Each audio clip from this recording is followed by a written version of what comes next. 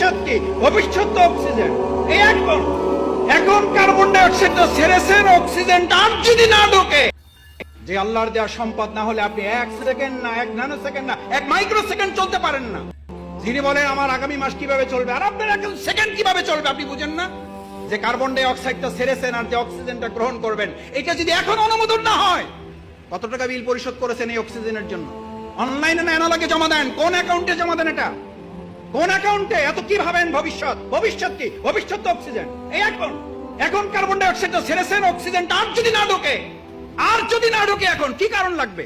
পৃথিবীর সমস্ত ডাক্তার একমত হয়ে গেছে, হার্ট অ্যাটাক করে কোনো মারা যায় না, মারা যাওয়ার কারণে হার্ট অ্যাটাক করেছে। স্ট্রোক করে মারা যায় না, মারা যাওয়ার জন্য স্ট্রোক। আল্লাহর কাছে জিব্রাইল আমিন না আজরাইল জান কবজ করার ফেরেশতাকে বললেন, আল্লাহ এমন দায়িত্ব দিয়েছেন, লোকেরা তো আমার সেই পরিমাণ গালাগালি করবে যে এই লোকটার জন্য আমরা মারা যাইতেছি। আল্লাহ তাআলা বলেন, তোমার কোনো অসুবিধা নেই, ব্যবস্থা করে দেবো। লোকেরা তোমার কথা মনেও রাখবে না, তোমার কথা স্মরণও করবে না, তোমার উচ্চারণও করবে না। ওরা বলবে গাড়ির অ্যাক্সিডেন্ট করে মারা গেছে, গাড়ির গালাগালি করবে। ওরা হসপিটালকে গালাগালি করবে, ওরা ডাক্তারকে গালাগালি করবে, ওরা সংগঠনের মিছিলকে গালাগালি করবে। আল্লাহ আমাদের মাফ করুন।